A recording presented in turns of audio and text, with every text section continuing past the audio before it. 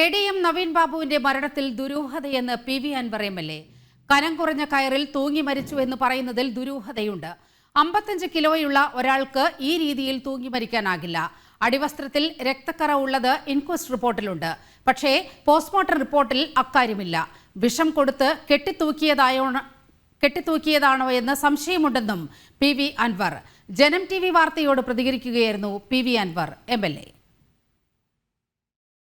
ഇത്രയും ഇഷ്യൂസുള്ള ഒരു മരണമാണ് ADMന്റെ ബോഡി. നോർമൽ കേസിലാണെങ്കിൽ പോലും ഇത് സയന്റിഫിക് ടെസ്റ്റിന് അയക്കും. ഇദ്ദേഹം വല്ല വിഷവും കഴിച്ചിരുന്നോ, ഇദ്ദേഹത്തിൻ്റെ ശരീരത്തിൽ വല്ല വിഷവും ആരെയും കുത്തിവെച്ചിട്ടുണ്ടോ, മരണകാരണം ഈ ഹാങ്ങിങ് മാത്രമാണോ, അതല്ല വിഷം കൊടുത്ത് വിഷം കുത്തിവെച്ച് അദ്ദേഹത്തെ കൊന്നതിന് ശേഷം തൂക്കി കെട്ടിയതാണോ? ഇതൊരു നോർമൽ എന്താ പറയുക ഇൻ്റഗ്രേഷനിൽ നടക്കുന്ന കാര്യമാണ്. ഒന്നും ചെയ്തിട്ടില്ല, ജസ്റ്റ് അതിൻ്റെ തൂക്കം കണക്കാക്കിയിരിക്കുകയാണ്. ആർക്കാ തൂക്കം അറിയേണ്ടത്?